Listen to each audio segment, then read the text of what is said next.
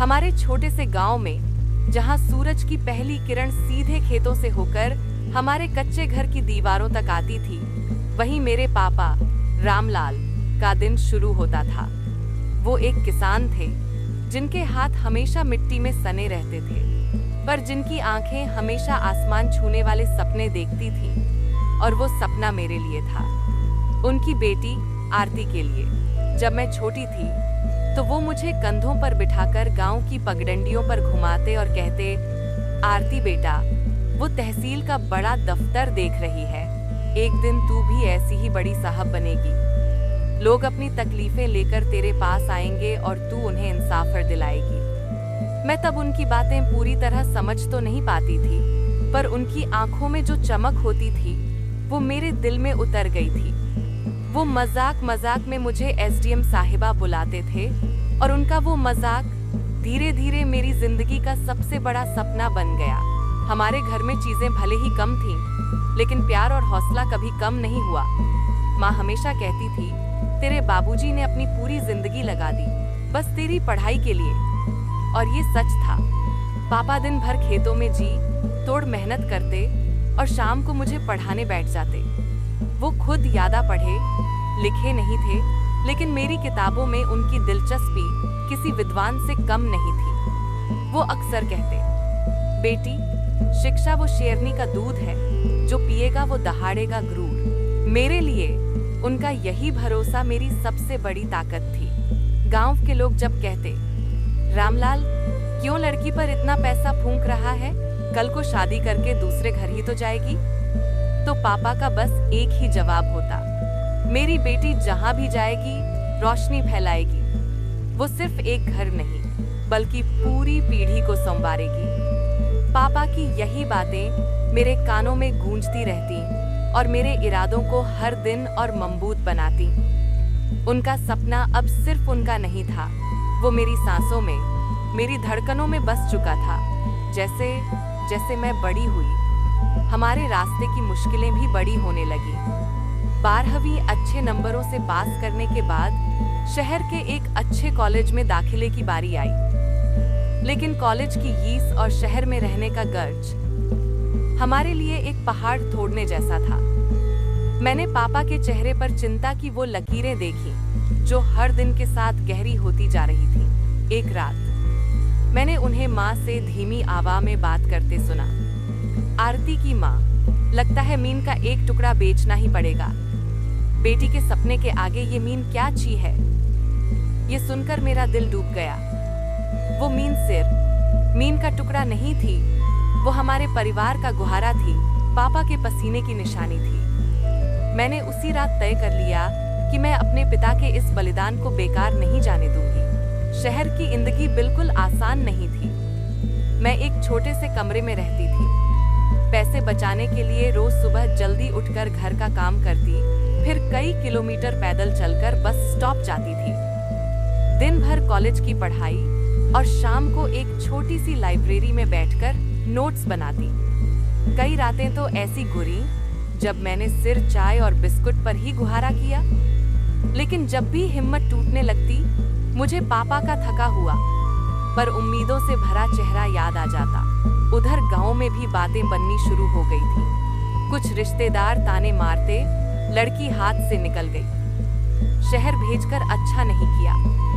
मैं जानती थी कि इन बातों से पापा को तकलीफ होती थी, पर उन्होंने कभी मुझ तक इसकी आंच नहीं आने दी।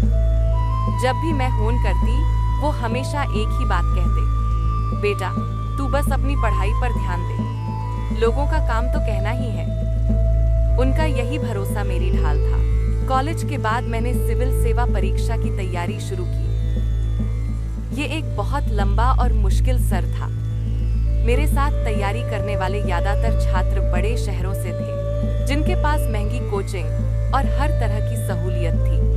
उनके बीच मैं खुद को कई बार अकेला और कमजोर महसूस करती। एक बार तो असफलता ने दरवाजे पर दस्तक भी दे दी।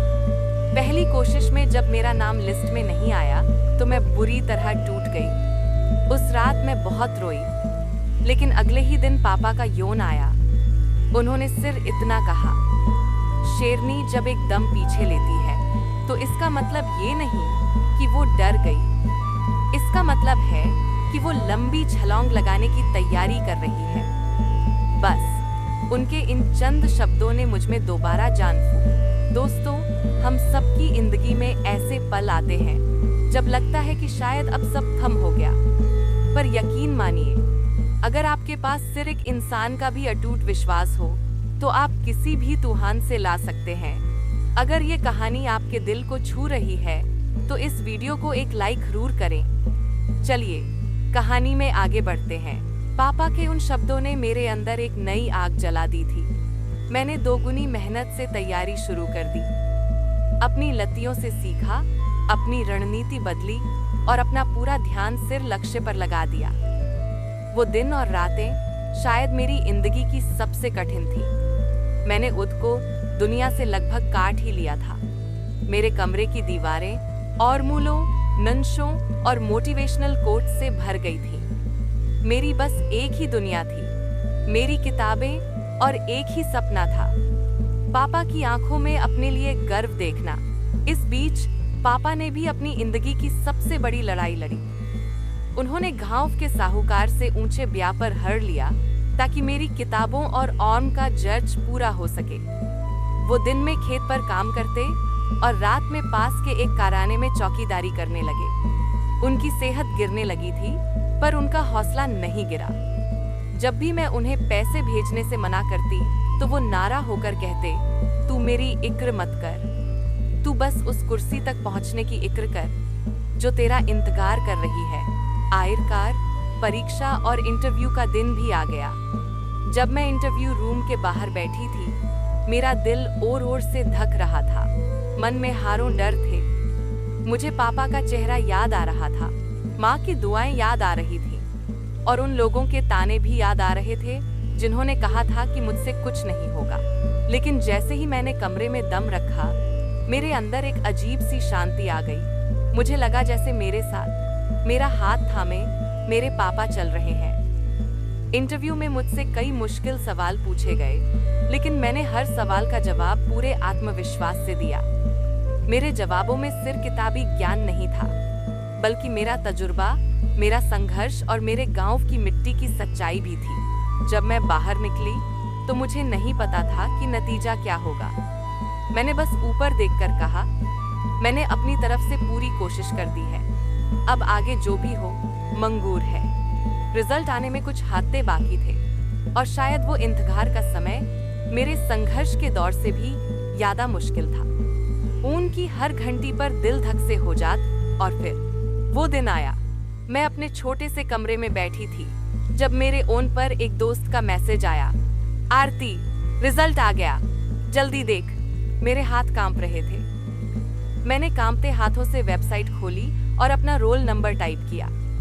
कुछ पल के लिए स्क्रीन घूमती रही और फिर वो लम्हा आया जिसने मेरी दुनिया हमेशा के लिए बदल दी। लिस्ट में मेरा नाम था, आरती कुमारी, और नाम के आगे लिखा था रैंक 72। मैं कुछ देर के लिए सुन्न हो गई। मेरी आंखों से आंसू बहने लगे, लेकिन ये हार के नहीं, जीत के आंसू थे।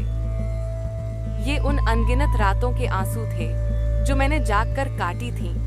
ये पापा के बलिदान और माँ की दुआओं के आंसू थे। मैंने तुरंत अपना बैग उठाया और पहली बस पककर अपने गांव के लिए निकल पाई।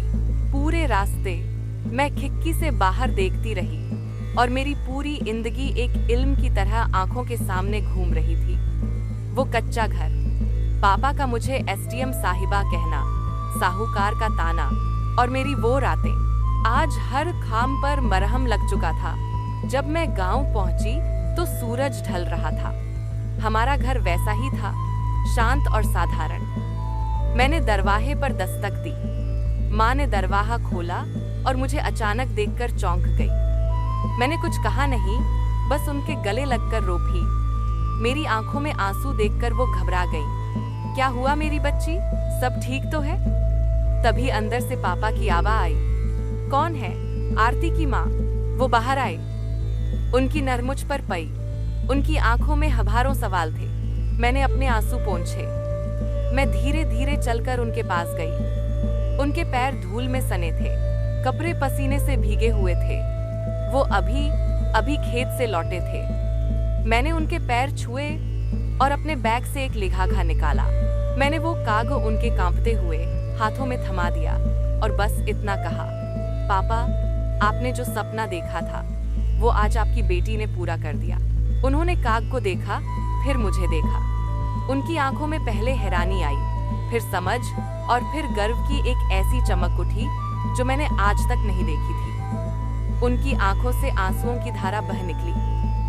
उन्होंने कुछ कहा नहीं, बस अपना कांपता हुआ हाथ मेरे सिर पर रख दिया। वो बस रोते हुए इतना ही बोल पाए, मेरी एसडीएम साहिबा, और फिर वो मुझसे लिपटकर बच्चों की तरह रोने लगे।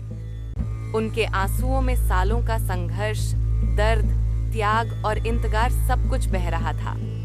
माँ भी हमें देखकर रो रही थी। उस पल हमारे आंगन में उशी और भावनाओं का एक ऐसा सैलाब आया जिसने हमारे हर दुख को धो दिया था। पापा ने मेरा चेहरा अपने हाथों में लिया और कहा, बेटा, आज तूने मेरा सिर हराए चीरा से ऊंचा कर दिया। आज मैं दुनिया का सबसे अमीर बाप। उस दिन सिर मेरा सपना पूरा नहीं हुआ था। उस दिन मेरे पिता का विश्वास जीता था। ये कहानी सिर्फ एक परीक्षा पास करने की नहीं है। ये कहानी है उस भरोसे की जो एक पिता अपनी बेटी पर करता है। ये कहानी उस जिद की है जो हर बंधन को तोड़कर अपना आसमान उद बनाती है। और ये कहानी इस बात का सबूत है कि बेटियां बोझ नहीं, बल्कि वो तात होती हैं जो एक पूरी पीढ़ी के सपनों को अपनी मेहनत से सींचकर हकीकत बना देती हैं। आपका सपना क्या है और आपकी जिंदगी में वो कौन है जो आप पर उससे ज्यादा यकीन करता है? नीचे कमेंट्स में हमें अपनी कहानी जरूर बताइए। और अगर आप ऐसी ही प्रेरणा देने वाली कहानियों से जुड़े रहना चाहते हैं तो हमारे चैनल को सब्सक्राइब करना मत भूलिएगा।